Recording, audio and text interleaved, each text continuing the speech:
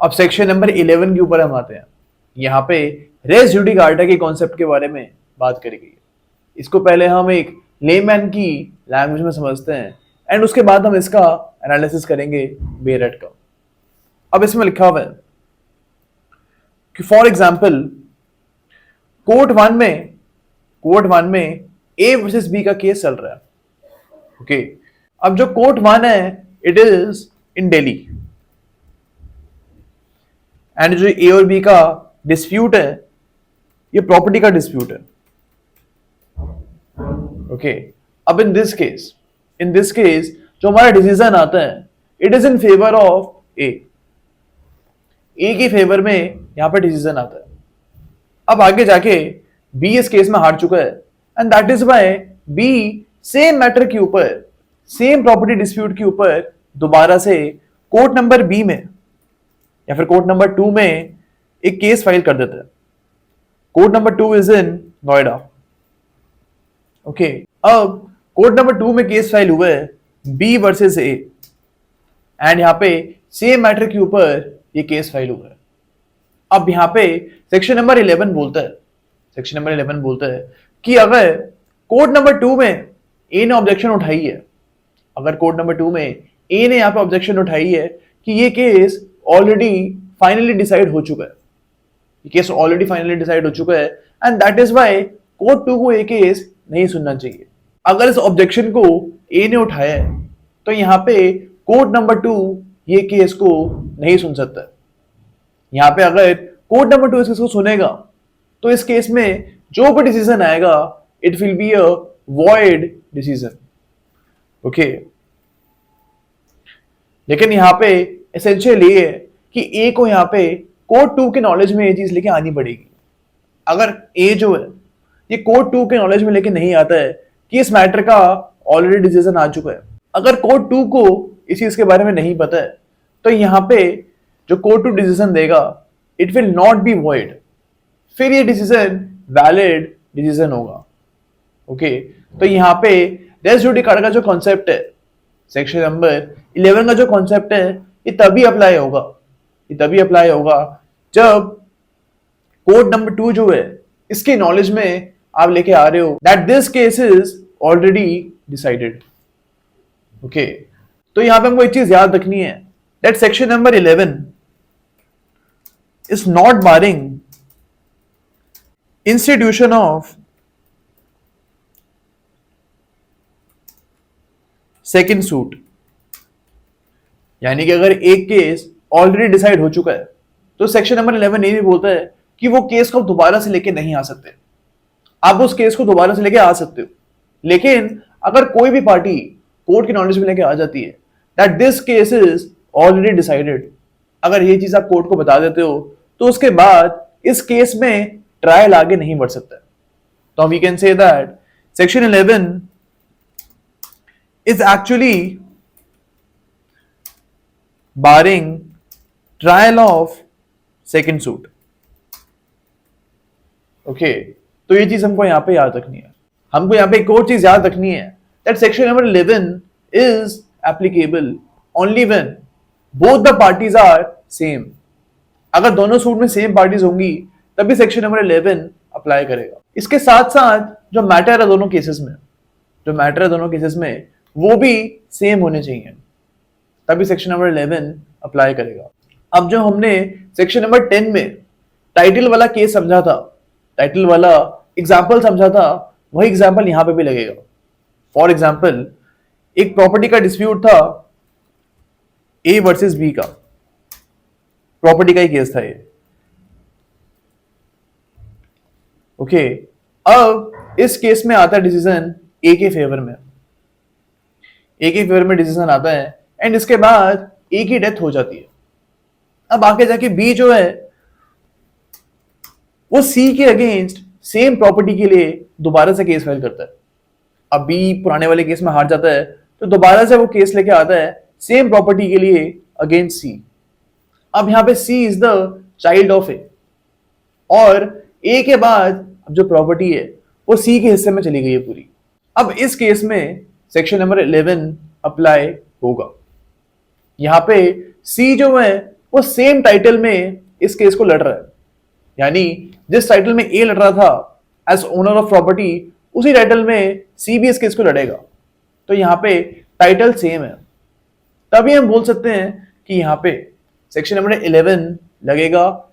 And जो यहाँ पे सेकंड सूट हो रहा है, जो बी यहाँ पे सेकंड सूट कर रहे हैं, इसमें ट्रायल आगे नहीं बढ़ सकता। ओके, तो ये चीज हमको यहाँ पे समझनी है। अब सेक्शन नंबर 11 में हमको ये चीज भी याद रखनी है कि इश्यूज के ऊपर भी लगेगा, यानी कि for example A versus B का एक सूट था जिसमें 4 इश्यूज थे, issue 1, issue 2, issue 3 and issue number 4।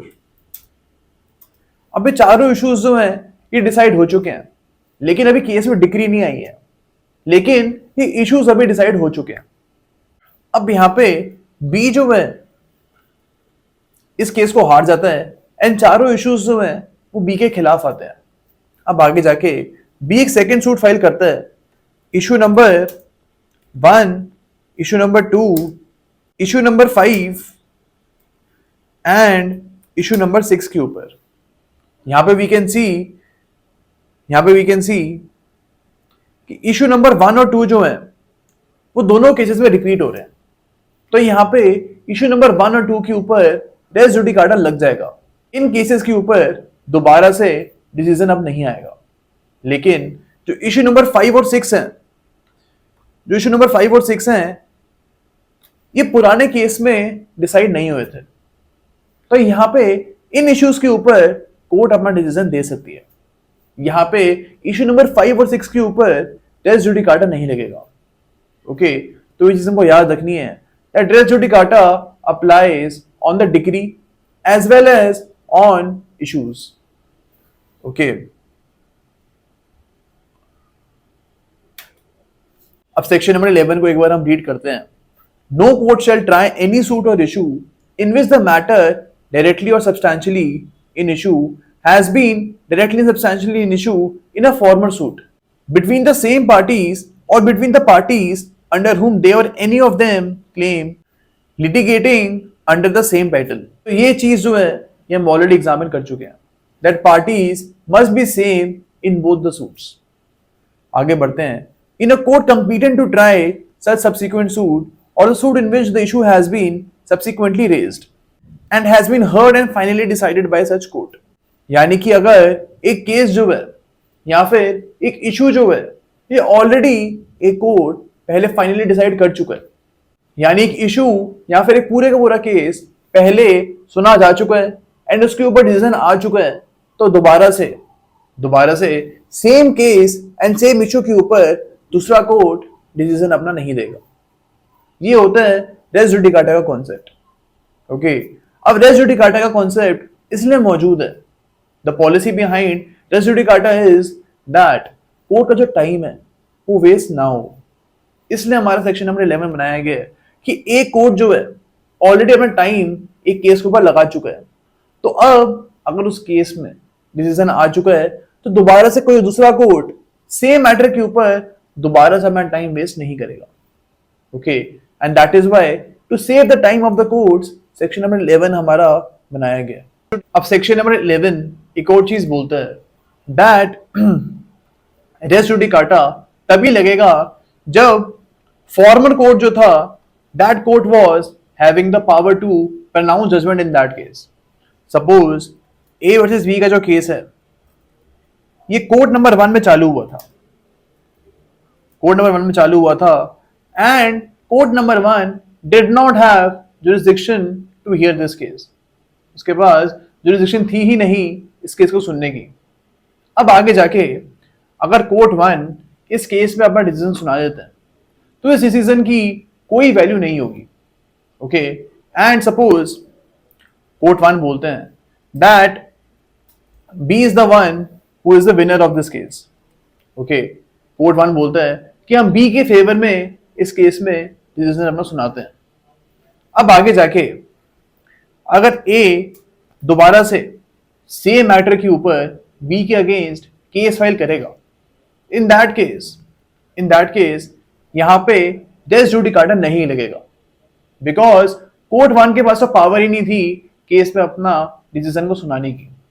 Okay, and that is why यहां पे रेस जुडिकाटा नहीं लगेगा.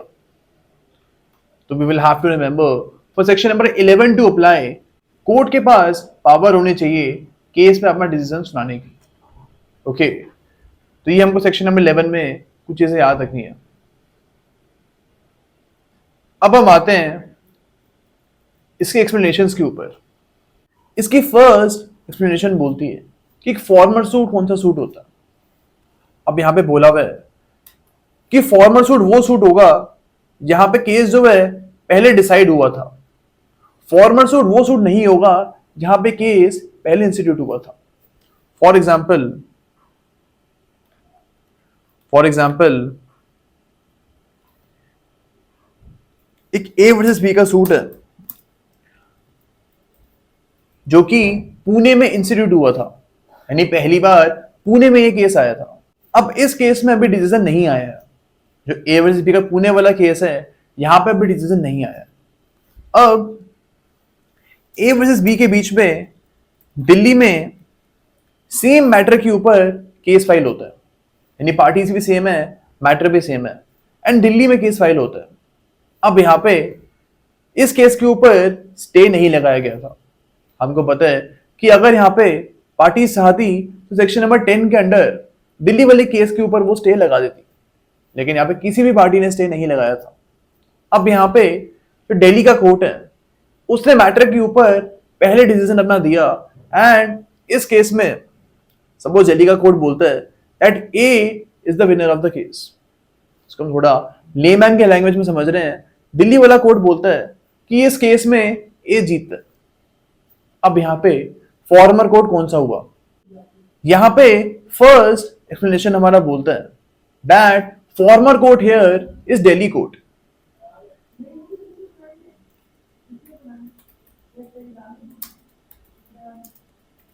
दिल्ली का कोर्ट यहां पे फॉर्मर कोर्ट है. यहां पे जो केस है वो वैसे तो पहले पुणे में स्टार्ट हुआ था, लेकिन यहां पे जो डिसीजन है वो दिल्ली की कोर्ट में पहले आया है. तो हमको ये मानना पड़ेगा यहां पे that the former court here is Delhi court. तो ये चीज हमको याद रखनी है that former court is the court where decision comes first. हमको इससे मतलब नहीं है कि केस पहले इंस्टीट्यूट कहां पे हुआ था. तो यहां पे अब आगे जाके पुणे वाले कोर्ट के ऊपर रेस जुडिकाटा लग जाएगा, एंड अब पुणे में जो केस चल रहा है वो केस आगे नहीं बढ़ सकता है, बिकॉज दिल्ली वाली कोर्ट ने ऑलरेडी इस केस में डिसीजन दे दिया. ओके, अब हम आते हैं सेकेंड एक्सप्लेनेशन के ऊपर. यहां पे गिवन है कि अगर for example A versus B का जो केस है पुणे वाला, यहां पे डिसीजन आ जाता है, यहां पे पुणे वाला कोर्ट अपना डिसीजन सुना जाता है. तो यहां पे इस डिसीजन को हम फाइनल डिसीजन मानेंगे, एंड यहां पे रेस जुडिकाटा अप्लाई हो जाएगा. अब आगे जाके अगर ए अपील फाइल करता है, सपोज ए के अगेंस्ट डिसीजन आया है एंड ए यहां पे अपील फाइल करता है, तो इन दिस केस हम ये नहीं बोलेंगे कि इस केस में भी फाइनल डिसीजन नहीं आया है. अपील से ये नहीं होगा कि सेक्शन नंबर 11 की एप्लीकेशन खत्म हो गई है, यानी कि जब तक एपिलेट कोर्ट जो है वो केस में स्टे नहीं लगाएगा तब तक जो केस है उसकी एग्जीक्यूशन हो सकती है. सपोज कोर्ट बोलता है कि जो घर है ये बी का है, जो घर है वो बी का है, एंड इसके ऊपर बी को रहना चाहिए. अब यहां पे इसके अगेंस्ट ए अपील फाइल कर देता है. अब यहां पे जब तक एपिलेट कोर्ट जो है हमारा वो इस केस में स्टे नहीं लगाएगा तब तक इस केस का एग्जीक्यूशन हो सकता है, यानी बी जो है वापस अपने घर में आके रह सकता है, बिकॉज कोर्ट ने बी के फेवर में डिसीजन अपना सुना दिया. ओके, तो ये हमारा सेकेंड एक्सप्लेनेशन बोलता है. ओके, अब हम आते हैं थर्ड एक्सप्लेनेशन के ऊपर. यहां पे गिवन है कि for example A versus B का जो केस था, यहां पे ए ने एडमिट कर लिया था that this house belongs to B. Okay, A ने यहां पे एडमिशन किया. अब इस एडमिशन के ऊपर जो पुणे का कोर्ट है इसने अपना डिसीजन सुना दिया एंड कोर्ट हमें बोलता है that this property belongs to B. अब यहाँ पे एडमिशन के ऊपर डिसीजन हमारा आ रहा है, स्टिल यहाँ पे रेस जुडिकाटा लगेगा। हमारा थर्ड एक्सप्लेनेशन यहाँ पे बोलता है कि अगर एडमिशन के थ्रू भी डिसीजन आ रहा है तो उस केस में भी सेक्शन नंबर 11 हमारा लगेगा। लेकिन फॉर एग्जाम्पल बी जो है, बी ने डिनाई किया था, बी ने यहाँ पे डिनाई किया था that this house does not belong to A. B ने प्रोसीडिंग्स के दौरान बोला था कि ये जो घर है इसका मालिक ए नहीं है, this house belongs to B. अब आगे जाके कोर्ट जो है ये ए के फेवर में डिसीजन अपना सुनाता है, decision comes in favour of A. अब यहाँ पे केस में कोई एडमिशन नहीं हुआ था, यहाँ पे बी ने डिनाई किया था that this house does not belong to A and इसके बाद पूरा केस चला है एंड उसके बाद ए के फेवर में डिसीजन आता है, तो यहाँ पे भी रेस जुडिकाटा लगेगा। यहाँ पे रेस जुडिकाटा लगेगा डिसीजन के ऊपर एंड सेम मैटर के ऊपर आगे जाके दोबारा से केस फाइल नहीं हो सकता है। तो ये हमारा एक्सप्लेनेशन नंबर 3 बोलता है कि अगर केस में एडमिशन हुआ है या फिर केस में डिनायल हुआ है, दोनों केसेस में रेस जुडिकाटा हमारा लगेगा। ओके, अब हम आते हैं फोर्थ एक्सप्लेनेशन के ऊपर। यहां पे कंस्ट्रक्टिव रेस जुडिकाटा के बारे में बात करी गई है।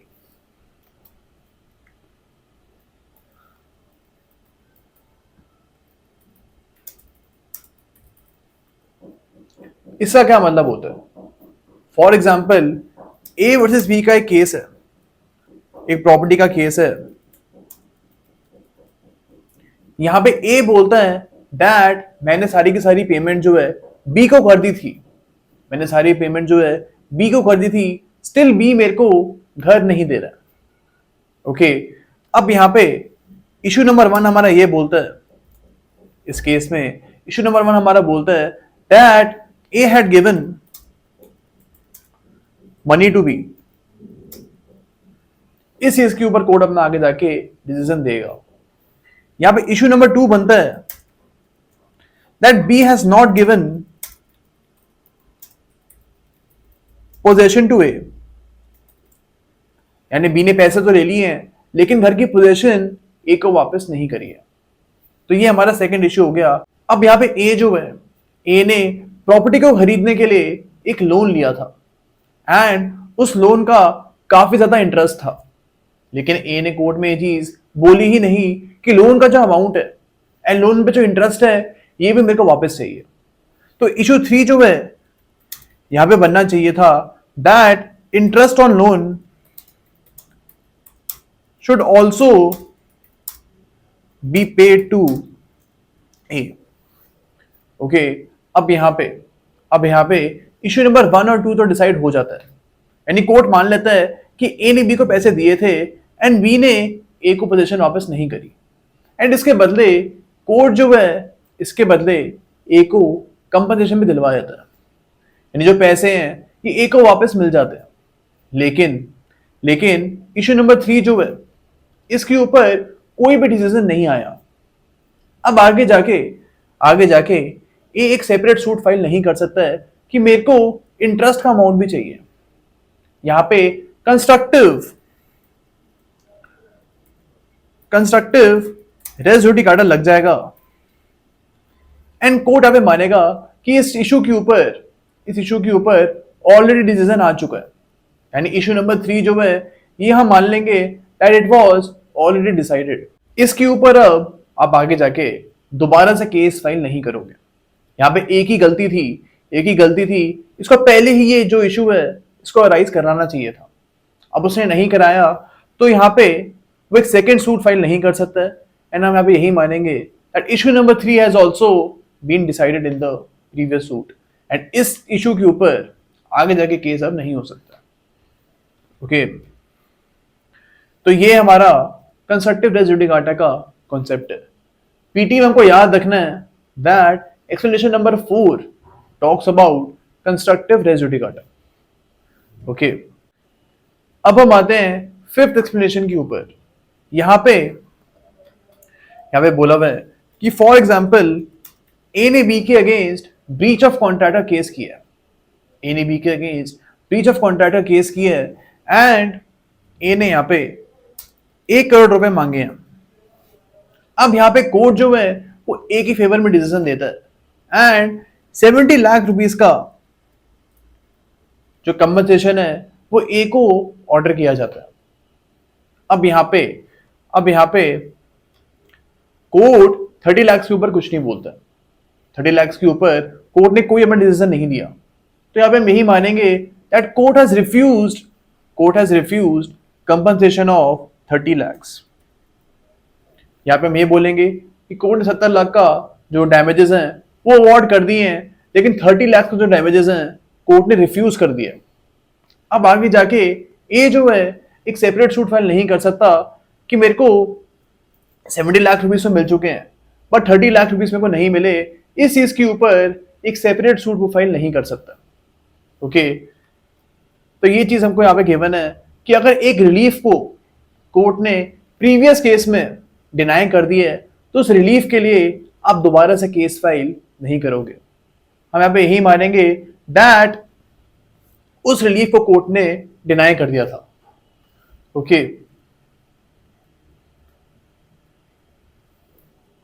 अब हम आते हैं 6th एक्सप्लेनेशन के ऊपर। यहां पे रिप्रेजेंटेटिव सूट के बारे में बात करी गई है।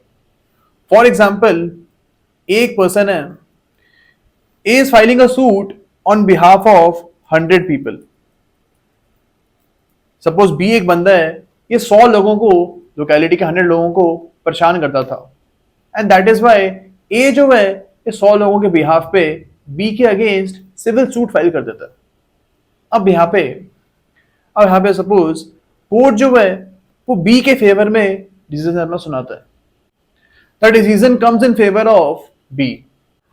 अब सपोज इन 100 लोगों में से एक बंदा बी के अगेंस्ट दोबारा से केस फाइल कर देता है।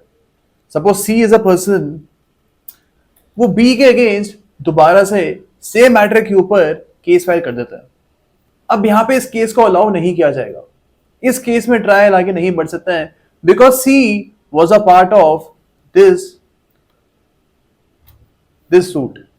सी जो है इस सूट का पार्ट था, यानी कि यहां पे ए जो है ये 100 लोगों के बिहाफ पे केस को लड़ रहा था एंड उन 100 लोगों में से सी भी शामिल था। तो इसलिए इन दिस केस सी अब आगे जाके दोबारा से बी के अगेंस्ट सेम मैटर के ऊपर केस फाइल नहीं कर सकता। ओके, तो ये जो ए वाला केस था, this case is called representative suit. यानी यहां पे एक बंदा एक बंदा 100 लोगों को रिप्रेजेंट कर रहा था।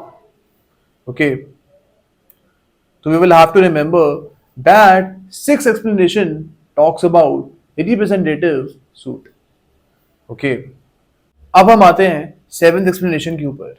यहां पे गिवन है कि अगर एक एग्जीक्यूटिंग कोर्ट ने एक डिसीजन दिया अपना, तो उस डिसीजन के ऊपर भी रेस जुडिकाटा लगेगा।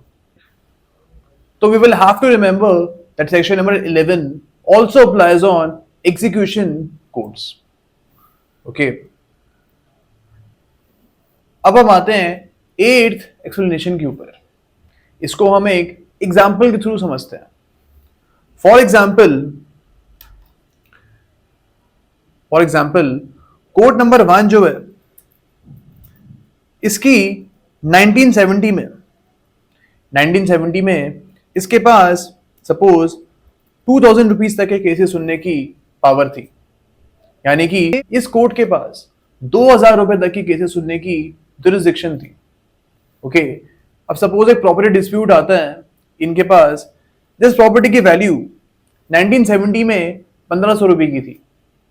अब कोर्ट नंबर 1 ने इस केस में अपना डिसीजन सुना दिया। ओके, अब आगे जाके सपोज 2010 में सेम मैटर के ऊपर सेम पार्टीज दोबारा से सूट फाइल करती है। यानी जो पार्टी पुराने वाले केस में हार गई थी वो पार्टी अब सेम मैटर के ऊपर दोबारा से केस फाइल करती है। एंड अब उस प्रॉपर्टी की वैल्यू होगी थी 10 लाख रुपए। अब यहां पे अगर हम 1970 के हिसाब से देखें, 1970 के हिसाब से हम देखें तो कोर्ट नंबर 1 के पास इस केस को सुनने की पावर नहीं है।